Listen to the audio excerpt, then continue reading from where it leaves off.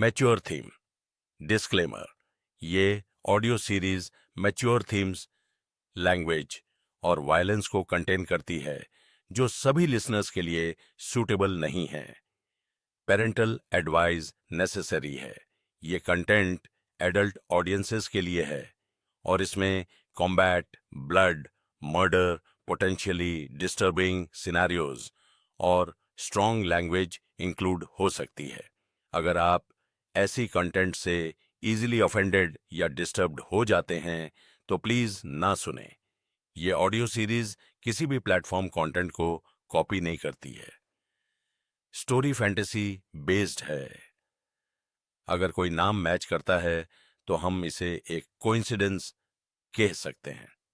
यह audio book fun और Joy purposes के लिए डिजाइन्ड है। विपिन की शक्ति ज्यादा मजबूत थी, लेकिन कोल्ड नेदर आर्मर अपने आकार को बदल सकता था, बिल्कुल आयरन मैन के सूट की तरह।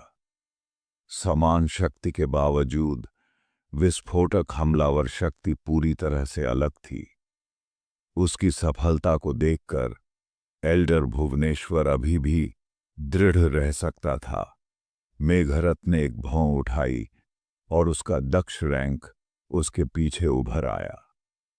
वह उस सफलता के लिए आभारी था जिसे दूसरे पक्ष ने सहायता की थी, लेकिन वह समझ गया कि अपना पूरा प्रयास न करना और सीधे हार स्वीकार करना अपमानजनक होगा। दक्ष रैंक फिर से प्रकट हुआ और उसकी शक्ति एक बार फिर बढ़ गई। इसके साथ ही एल्डर भुवनेश्वर की तरह उसकी ताकत भी 1000 हॉर्स पावर तक पहुंच गई। सरल शब्दों में, दक्ष भूत अभी भी दिव्य आत्मा की अभिव्यक्ति थी, लेकिन यह अधिक सघन थी और मानव शरीर को भी नुकसान पहुंचा सकती थी। दक्ष रैंक और कोल्ड नेदर आर्मर के तहत विपिन की शारीरिक शक्ति कमजोर पड़ने लगी थी। 10 से ज्यादा राउंड का आदान प्रदान करने के बाद उसे बार बार पीछे हटने के लिए मजबूर होना पड़ा। आखिरकार वह अभी अभी ओरिजिन कोर के 9वें स्तर तक पहुंचा था और उसकी साधना अभी तक ठोस नहीं हुई थी। बेशक यह सिर्फ उसकी शारीरिक शक्ति थी। एक बार जब वह स्वर्ग की तलवार की तकनीक का इस्तेमाल करता या नई दुनिया को प्रज्वलित करता, तो वह आसानी से अपने प्रतिद्वंद्वी को नष्ट कर सकता था। पानी की ये धाराएं स्वर्ग की दिव्य ऊर्जा को अधिक अवशोषित करती हैं। जितना अधिक मैं टेक्निक को समझता हूं, उतनी ही अधिक इंसाइट मुझे किस्मत बदलने वाले काले अघोर चाकू टेक्निक में प्राप्त होती है। आइए देखें कि क्या मैं इस पर अपना नियंत्रण बढ़ा सकता हूं। अचानक एक विचार उभरा। जब उसने 50,000 लाइनें अवशोषित कर लीं, तो किस्मत बदलने वाले काले अघोर चाकू टेक्निक के बारे में उसकी समझ सिर्फ बुनियादी थी। 1,00,000 लाइनों तक पहुंचने पर वह जो तलवार की तकनीकें दिखा सकता था, वे पहले से ही भुवनेश्वर की तकनीकों के बराबर थीं। लेकिन क्या होगा अगर उसने और अधिक अवशोषित कर लिया? यह सोचते हुए उसने संकोच नहीं किया। एक विचार के साथ उसने जो डेस्टिनी डिस्क खरीदी थी वह टूट गई और स्वर्ग की दिव्य ऊर्जा की 1,00,000 लाइनें किस्मत बदलने वाले काले अघोर चाकू टेक्निक की तैरती धाराओं की ओर बढ़ गईं। हम किस्मत बदलने वाला काला अघोर चाकू टेक्निक का धारा उत्साह से गुनगुना रहा था और अधिक ठोस और उज्ज्वल होती जा रही थीं। एक पल में विपिन की किस्मत बदलने वाले काले अघोर चाकू टेक्निक की समझ और भी गहरी हो गई। अवनी द्वारा पहले की गई तलवार की तकनीकें उसके दिमाग में कौंध गईं। न केवल एकीकृत हो गईं, बल्कि उसके दिमाग में और अधिक तकनीकें विकसित होने के साथ साथ गहरी समझ भी प्राप्त हुई। तो ये है किस्मत बदलने वाला काला अघोर चाकू टेक्निक। वह थोड़ा मुस्कुराया, अपने हाथ को तलवार की तरह आकार दिया और मेघरथ की ओर वार किया। वही तकनीक, वही किस्मत बदलने वाला काला अघोर चाकू टेक्निक। तलवार चलती है, लेकिन शक्ति पूरी तरह से अलग थी। जैसे ही तलवार की ऊर्जा उसके हाथ से निकली, स्वर्ग की दिव्य ऊर्जा की अनगिनत रेखाएं उससे जुड़ गईं। मेघरथ को तुरंत लगा कि उसका भाग्य नियंत्रण से बाहर हो रहा है। ऐसा लग रहा था मानो वह तूफानों से भरे समुद्र में गिर गया हो और केवल धारा के साथ बहता जा रहा हो। तलवार की ऊर्जा ने कोल्ड नेदर आर्मर पर प्रहार किया और मेघरथ ने मुंह भर खून थूक दिया और तुरंत पीछे की ओर उड़ गया। क्या यही भुवनेश्वर की असली शक्ति है? ऐसी शक्तिशाली तलवार तकनीक को उजागर करने के लिए किस्मत बदलने वाले काले अघोर चाकू टेक्निक की उसकी समझ दूसरे स्तर तक पहुंच गई होगी।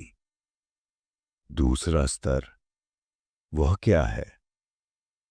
किस्मत बदलने वाला काला अघोर चाकू टेक्निक। चाकू टेक्निक के भीतर एक छोटी शाखा है। नदी के भीतर एक धारा की तरह निर्माता द्वारिका केवल तीसरे स्तर तक ही पहुंच पाए। उनके प्रत्यक्ष शिष्यों में से केवल 3 ही दूसरे स्तर तक पहुंच पाए। एल्डर भुवनेश्वर हमेशा से ही पहले स्तर की समझ रखने वाला व्यक्ति रहा है, जिसे अघोर चाकू क्लैन में एक सीमांत व्यक्ति माना जाता है। अब जब वह आगे निकल गया है, तो वह अब कोर में शामिल होने में सक्षम हो सकता है। भुवनेश्वर की अभिव्यक्ति अधिक गंभीर हो गई। पहले उसने दूसरे पक्ष के लिए दक्ष रैंक साधना पद्धति खोजने का वादा किया था, लेकिन अंदर ही अंदर वह हिचकिचा रहा था। अब वह इसे टालने की हिम्मत नहीं कर सकता था। किस्मत बदलने वाला काला अघोर चाकू टेक्निक के दूसरे स्तर तक पहुंचने पर एल्डर भुवनेश्वर की ताकत निश्चित रूप से सोर्स पूल दायरे के 9वें स्तर को पार कर जाएगी और भी अधिक ऊंचाइयों तक पहुंच जाएगी। मेघरथ हारने वाला है। निजी कमरे में मेघराज ने अपना सिर हिलाया।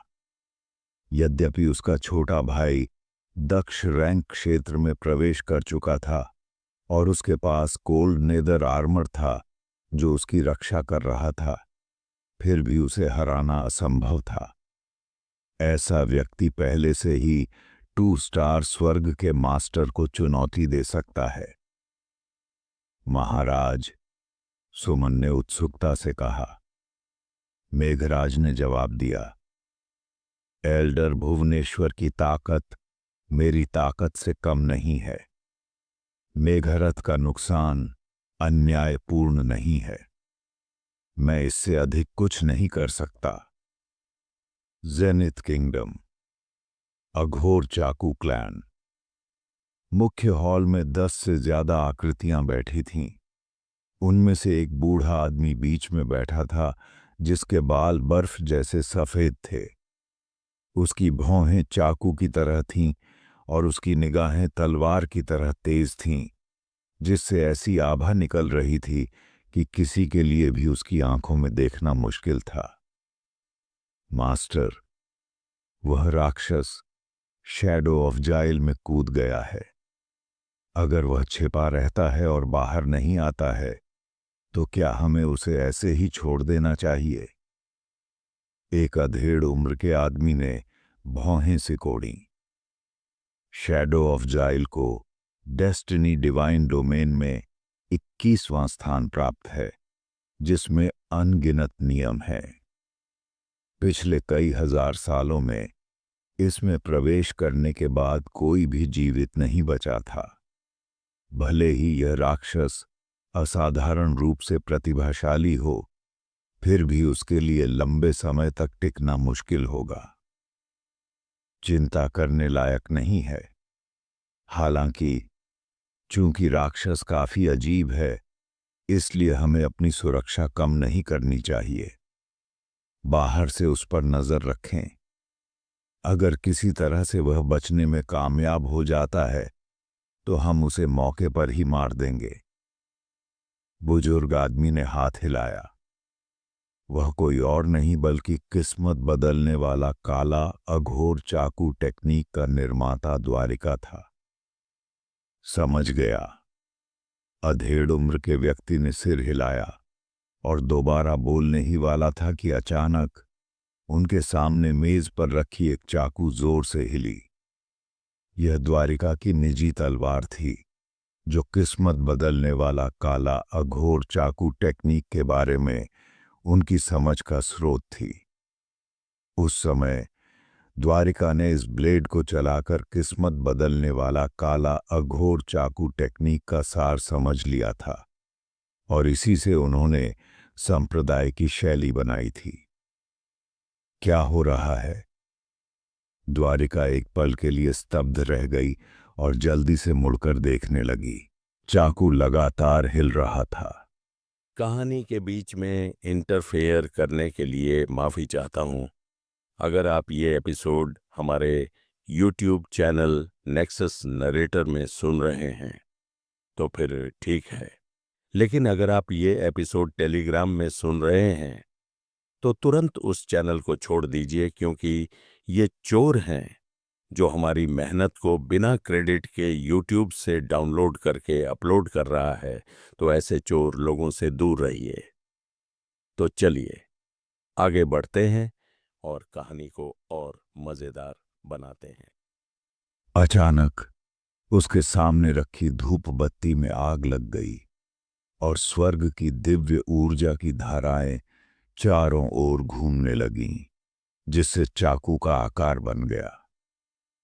यह किसी ने किस्मत बदलने वाला काला अघोर चाकू टेक्निक के दूसरे स्तर को समझ लिया है।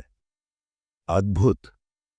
मैंने कभी नहीं सोचा था कि हमारा संप्रदाय एक और प्रतिभाशाली व्यक्ति पैदा करेगा। द्वारिका को एहसास हुआ कि क्या हो रहा था और उसका चेहरा खुशी से चमक उठा। धूप बत्ती जलाना इस बात का संकेत था कि कोई व्यक्ति स्वर्ग के भाग्य के उच्च स्तर पर पहुंच गया है। इसका मतलब था कि एक नया प्रतिभाशाली व्यक्ति उभर कर आया है, जिसने किस्मत बदलने वाले काले अघोर चाकू टेक्निक के दूसरे स्तर को समझ लिया है और अब वह 2 स्टार स्वर्ग के मास्टर को चुनौती दे सकता है। उनके केवल 3 डायरेक्ट स्टूडेंट थे जो किस्मत बदलने वाले काले अघोर चाकू टेक्निक के दूसरे स्तर तक पहुंच चुके थे। इसलिए इस स्तर पर एक अतिरिक्त शिष्य उनकी शक्ति को बहुत बढ़ा देगा। यह सुगंध दक्षिण पूर्व से आ रही है, जो माया वंश है। क्या यह एल्डर भुवनेश्वर हो सकता है? क्या वह आगे निकल आया है? अधेड़ उम्र का आदमी अपनी बात कहने से खुद को रोक नहीं सका। एल्डर भुवनेश्वर। उस घटना के बाद मुझे लगा कि उसके लिए कोई उम्मीद नहीं है, लेकिन उसने किसी और से पहले ही सफलता प्राप्त कर ली है। द्वारिका ने संतुष्टि के साथ सिर हिलाया, अपनी बाहें फैला दीं, जैसे कि वह खुद को तोड़ने के लिए ऊर्जा को अवशोषित करना चाहता हो। हालांकि उसे जल्द ही एहसास हुआ कि कुछ भी नहीं हो रहा था और आसपास का माहौल भयावह रूप से शांत था। कुछ गड़बड़ है। जबकि किसी ने किस्मत बदलने वाला काला अघोर चाकू टेक्निक के दूसरे स्तर को तोड़ दिया है। मुझे किसी भी स्वर्ग की दिव्य ऊर्जा का एहसास नहीं हो रहा है। क्या ऐसा हो सकता है कि उसकी किस्मत बदलने वाला काला अघोर चाकू टेक्निक समझ हमारे संप्रदाय से संबंधित नहीं है? द्वारिका की अभिव्यक्ति गहरी हो गई। अगर कोई स्वर्ग के भाग्य के स्तर को पार कर जाता है तो संप्रदाय का नेता इसे महसूस कर सकता है और लाभ प्राप्त कर सकता है। लेकिन अब भले ही एक सफलता मिली हो, उसे कुछ भी महसूस नहीं हुआ जो परेशान करने वाला था। शुभनाश, मायावंश में जाओ और स्थिति की जांच करो। अगर एल्डर भुवनेश्वर ने वास्तव में सफलता प्राप्त कर ली है और तुम उससे कुछ भी महसूस नहीं कर सकते, या अगर तुम उससे प्रभावित नहीं हो। द्वारिका की आंखें ठंडी चमक उठीं। अगर वह सफलता को महसूस नहीं कर सकता, तो इसका मतलब था कि वह व्यक्ति स्वर्ग के भाग्य के ब्लेड के लिए प्रतिस्पर्धा कर रहा था, और ऐसे व्यक्ति को तुरंत समाप्त कर दिया जाएगा। समझ गया। मध्यम आयु वर्ग के व्यक्ति शुभनाश ने अपनी मुट्ठियां भींच लीं और झुक गया। वह हारने वाला है। मेघरथ की किस्मत पर दांव लगाने वाले लोगों को निराशा की लहर महसूस हुई। यह राजकुमार था, माया शहर में युवा पीढ़ी का आदर्श, और कोल्ड नेदर आर्मर में भी वह हार रहा था। एल्डर भुवनेश्वर वास्तव में कितना शक्तिशाली था।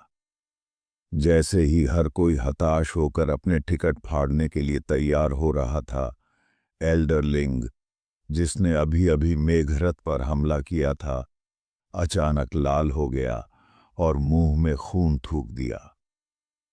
अच्छा नहीं, उसने जरूर कोई निषिद्ध तकनीक इस्तेमाल की होगी और उसका उल्टा असर हुआ होगा। इसीलिए उसका हमला इतनी जबरदस्त ताकत के साथ फटा। अगर ऐसा है तो कौन जीतेगा, ये अभी भी अनिश्चित है। सभी को अचानक उम्मीद जगी और वे मैच देखते रहे। मेघरथ ने भी एल्डर लिंग की हालत देखकर यही सोचा और फिर से उस पर हमला करने की कोशिश की।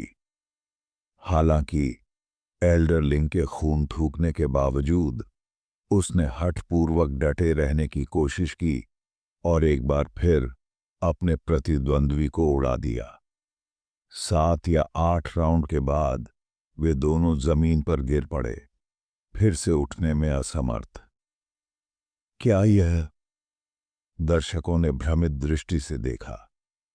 उसी समय भीड़ में से किसी ने पता नहीं कहां से आकर कहा, दोनों गिर गए और उठ नहीं सकते। क्या इसे ड्रॉ नहीं माना जाना चाहिए? रेफरी चुप था। यह एक मुश्किल स्थिति थी। यह कहना असंभव था कि मेघरथ जीता, और यह कहना कि एल्डर भुवनेश्वर जीता मेघरथ के लिए भी उचित नहीं था। वास्तव में यह एक ड्रॉ था।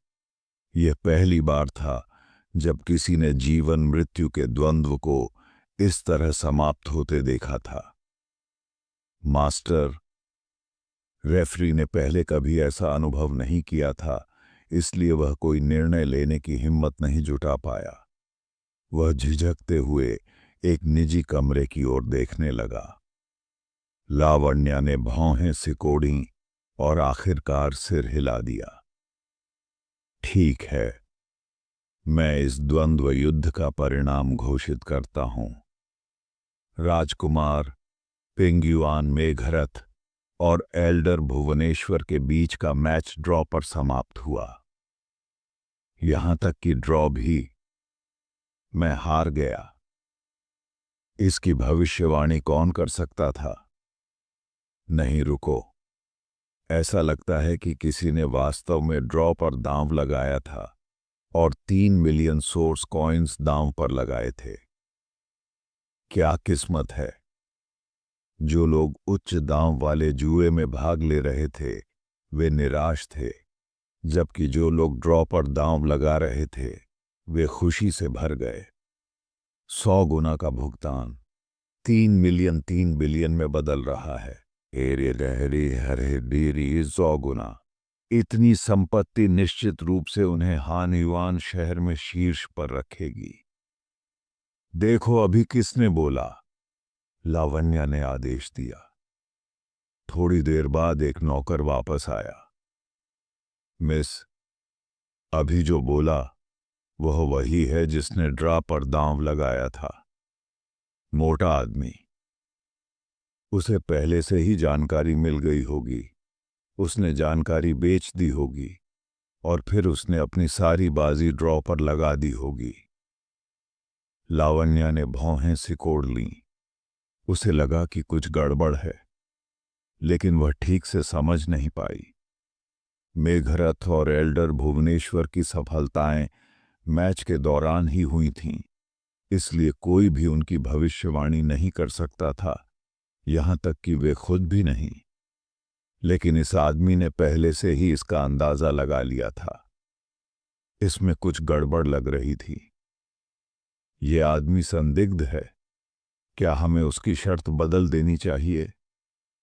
मैनेजर को भी एहसास हुआ कि कुछ गड़बड़ है और उसने सावधानी से पूछा, बेशक, हमें इसे बदलना होगा, अन्यथा यहां कौन सट्टा लगाता रहेगा?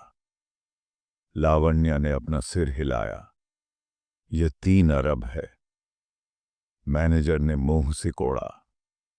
आज रात का कुल लेन देन 3 अरब से कम था, इसलिए यदि उन्होंने उसे भुगतान कर दिया तो उनके पूरे काले बाजार को भारी नुकसान होगा। उसके पैसे की खबर फैलाओ और किसी को उसका पीछा करने के लिए भेजो। मुझे पता लगाना है कि वह वास्तव में कौन है। लावण्या ने अपना हाथ हिलाया। हां, मैनेजर ने सिर हिलाया। धन दिल को झकझोर देता है और कोई भी मेघराज को मारने की हिम्मत नहीं करता। भीम रैंक के शिखर पर अचानक कहीं से प्रकट हुए किसी व्यक्ति के लिए जीवित वापस आना इतना आसान नहीं हो सकता।